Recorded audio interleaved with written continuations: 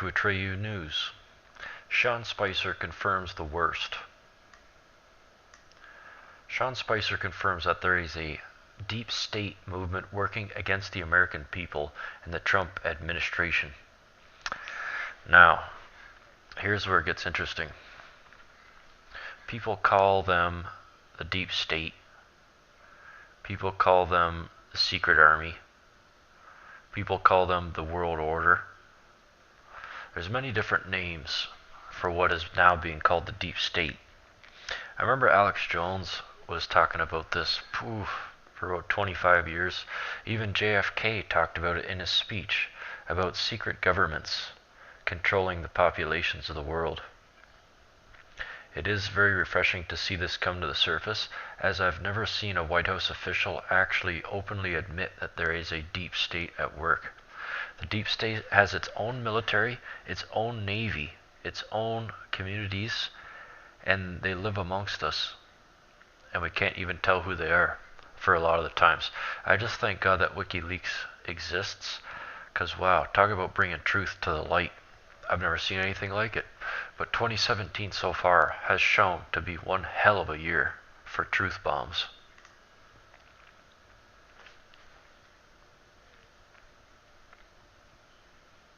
I think it should come as any surprise that there are people that burrowed into government during 8 years of the last administration and, may have believed in that agenda and can want to continue to seek it. I don't think that should come as a surprise to anyone. Will the director of the CIA or the DNI have a presidential mandate to seek these people out and fire them or purge them from the government? I don't think the CIA does not. That's not part of the CIA's mandate under any circumstances. So no on that one. See, openly admitted, the CIA doesn't get involved in things of that sort. Very interesting. I say major retailer caves to Ivanka. Well.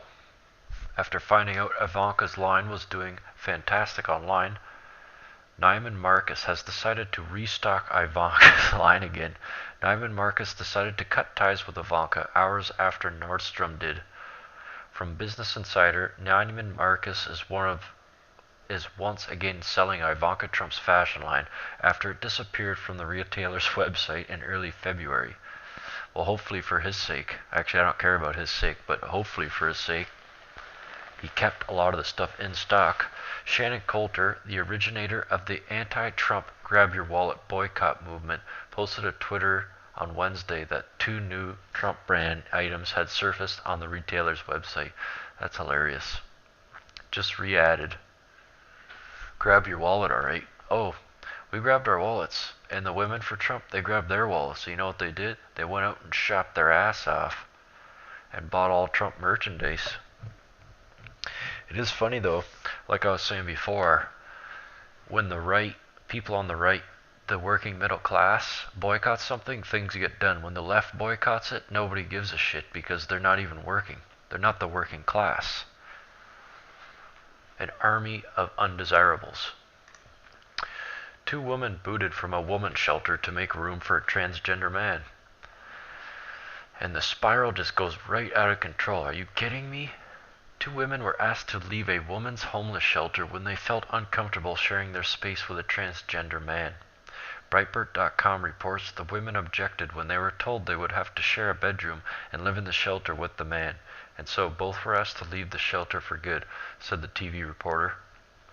I was uncomfortable with my roommate being transgender, said one of the women. Tracy, and a TV reporter from Canada's Global News Network. He wants to become a woman. I mean, that is his choice, but when a man comes into a woman's shelter who still has a penis and genitals, he has more rights than we do, Tracy said. Canada's progressive laws forbid discrimination against people who are trying to live as members of the opposite sex. That legal rule gives them legal authority over women and men who prefer to live, work, and socialize with their own sex. The Canadian law even backs men who merely say they are transitioning and have not undergone sex change surgery. The second woman, Blaine, said the man's arrival denies women any distance from men. Some women have had bad experiences with men, so they are fleeing men, and now we have a man living there. What the F? See what's being done? Canada will probably be the last one to switch over to nationalism. Their election won't be till 2019. However, we should still study this and take lessons from it at what the left really leans towards. And it's psychotic, and it's dehumanizing, and it's pure evil. And for men and women to propose that they themselves are the opposite sex is a mental illness. You should not get preferential treatment for being mentally ill. I'm sorry, it's a mental illness, period.